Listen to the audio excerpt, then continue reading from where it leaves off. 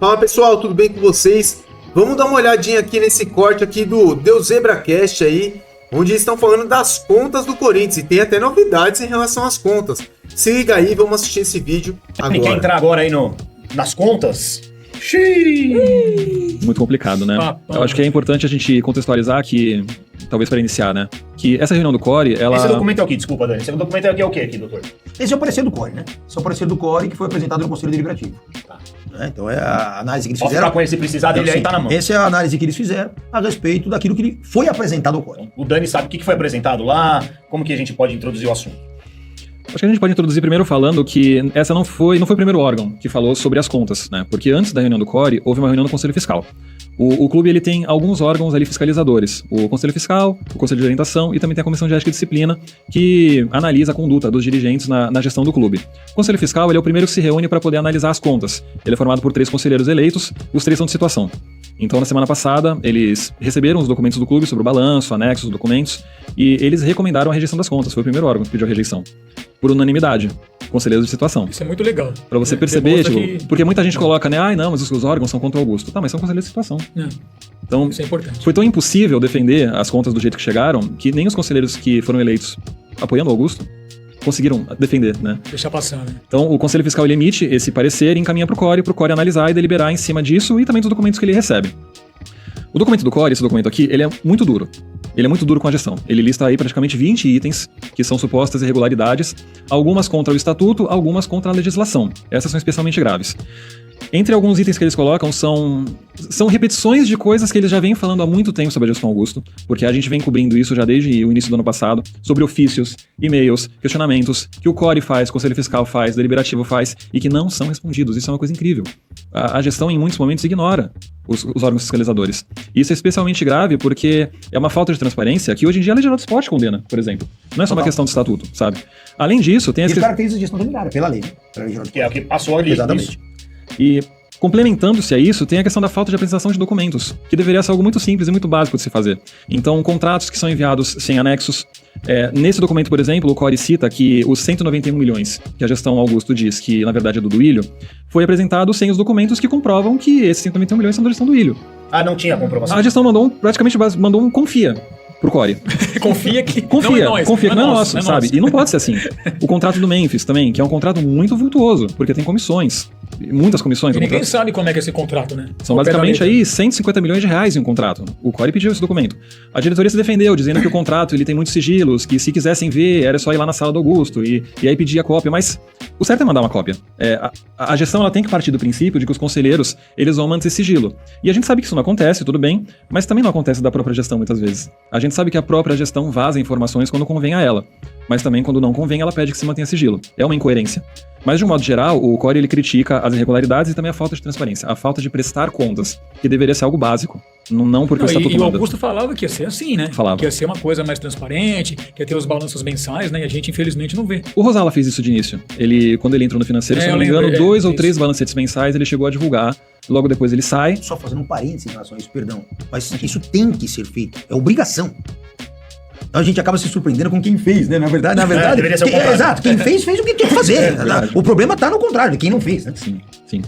Nas outras gestões também não era essa frequência linda, maravilhosa, assim, de prestação de contas. Também não. Faltavam balancetes e tudo mais, mas a sensação que se tem de um modo geral é que a prestação de contas era um pouco melhor. Um pouco melhor, vamos colocar assim. Também havia falta de transparência, mas o diálogo era um pouco melhor, até porque nas gestões anteriores, e aí eu vou colocar como opinião geral, infelizmente, havia um controle muito grande da gestão sobre os órgãos fiscalizadores. A renovação da transparência tinha esse cuidado, vamos colocar dessa forma, isso não é uma defesa, né? Isso é uma constatação de colocar aliados para comandar os órgãos. Então vamos lá, gente, só para deixar bem claro o que ele tá colocando, né? A gente já falou várias vezes aqui no canal. O próprio André Sanches, no programa do Benjamin Bach lá, ele fala que, na teoria, ele deveria ter sido empichado lá do Corinthians, né? Deveriam ter colocado o impeachment dele. Por causa das contas, por tudo que aconteceu nesse segundo mandato do André Sanches. Ele mesmo assume isso. Mas, gente, quem era o presidente do Conselho Deliberativo? André Negão. Parceiraço da Renovação e Transparência, cujo ele concorreu para ser presidente do Corinthians contra o Augusto Melo. E acabou o Augusto ganhando. Então, só para deixar bem claro, assim, a renovação e transparência tinha o seu modus operandi ali do seu dia a dia. E do mesmo jeito que a gente critica o Augusto, a gente tem que criticar os caras, até porque a maior parte desse boom, dessa dívida aí, vieram das gestões da renovação e transparência. Então muito se fala sobre isso, né, aí. Farinho, só sem querer fugir do tema, Claro. Por que as gestões anteriores não foram punidas? É claro que elas não eram punidas. Tinha aliado no comando do conselho, o que chegava de denúncia era arquivado. Isso aconteceu muitas vezes. Denúncias, taunça, filho de conselheiro, que era colocado no sub-20 sem ter idade mais, contratos obscuros. Isso tudo era denunciado. Muitas vezes. Aquele sub-23 esquisitaço, né? Mas chegava nos conselhos, chegava no CORE, chegava no Conselho Deliberativo, as denúncias eram arquivadas, não eram apreciadas. Era tudo colocado por baixo do tapete. Porque eram aliados. E eu não sei por que o Augusto tinha essa ideia de que o Tuma faria isso. Quem conhece o Tuma minimamente saberia que ele não é afeito a esse tipo de coisa. O Tuma ele é um legalista a ponto de ter pedido impeachment do Roberto de Andrade por causa de um contrato assinado antes da posse. Sabe? Ele é legalista a esse ponto. E aí não é questão de fazer juízo de valor sobre o caráter do Tuma ou qualquer coisa do tipo. Mas o que tá na lei é o que o Tuma tenta seguir. E não tem como negar isso.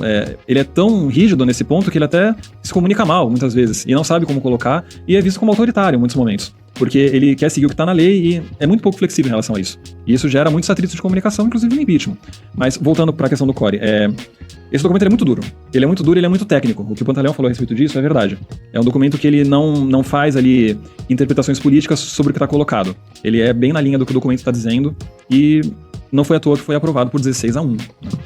Pois é. 16-1, velho. Como é que foi esse dia lá, doutor? Não, foi um dia, assim, tranquilo, foi um dia em que... Super tranquilo. Não, foi, mas de fato... Não, veja, se depende da Quando referência... teve tiro? Depende da referência que você tem. Se você tiver a referência daquela reunião do impeachment... Aí foi tranquilo, isso aqui tudo bem. foi quase que uma missa. Né? Mas de fato foi realmente bastante tranquilo. Claro, cada um defendendo o seu lado. Você teve a oportunidade de alguns debates mais acalorados, mas porém respeitosos. Teve debate acalorado? Teve porque o Tuma permitiu, e corretamente, que algumas pessoas se inscrevessem para defender as contas e outras se inscrevessem para questionar. Teve dedo na cara, igual lá no dia do impeachment, teve, né? Tem até imagem, né? Tem foto. É quase briga, né? Não, teve. Mas ali foi outro momento, ali foi uma situação que também foi criada, não se sabe como, o pessoal entrou com tanta facilidade no clube, enfim, numa segunda-feira em que o clube tá fechado, não pode ingressar, mas enfim, aí são outras situações. Agora, de toda maneira, não, essa reunião foi uma reunião, eu digo, civilizada.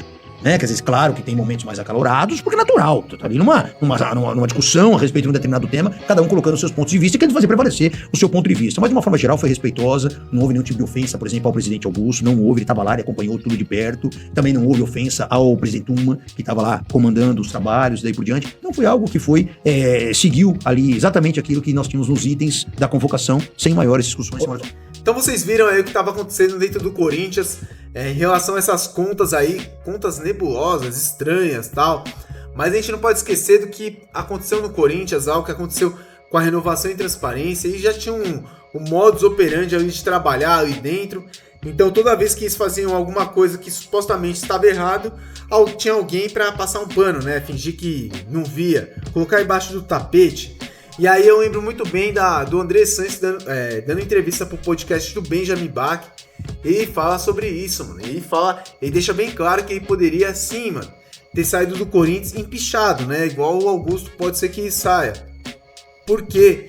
Ele não saiu? Porque quem era o presidente, né, do Conselho Deliberativo do Corinthians era o senhor André Negão, né? Parceiraço do Andrés aí, da galera. Até porque ele estava até concorrendo nas eleições contra o próprio Augusto Melo. Então são muitas coisas estranhas, muitas coisas chatas acontecendo dentro do Corinthians. Todo santo dia. Agora, vou falar a real, mano. Se o Augusto fez alguma coisa de errado, ele tem que ser punido. Mas não puniram os outros, gente. Mas uma coisa não tem nada a ver com a outra. Não é porque não puniram os outros, a gente vai deixar quem supostamente fizer alguma coisa errada tem que ser punido também agora, tá? Eu espero que o Augusto não tenha feito nada de errado. Eu espero que ele consiga provar sua inocência, até porque eu não quero acreditar que o Augusto ele tenha ferido, né, essa questão que ele colocou a todos os corintianos, que é o cara que ia salvar o Corinthians, né? Que era o cara da transformação, da renovação de verdade do Corinthians.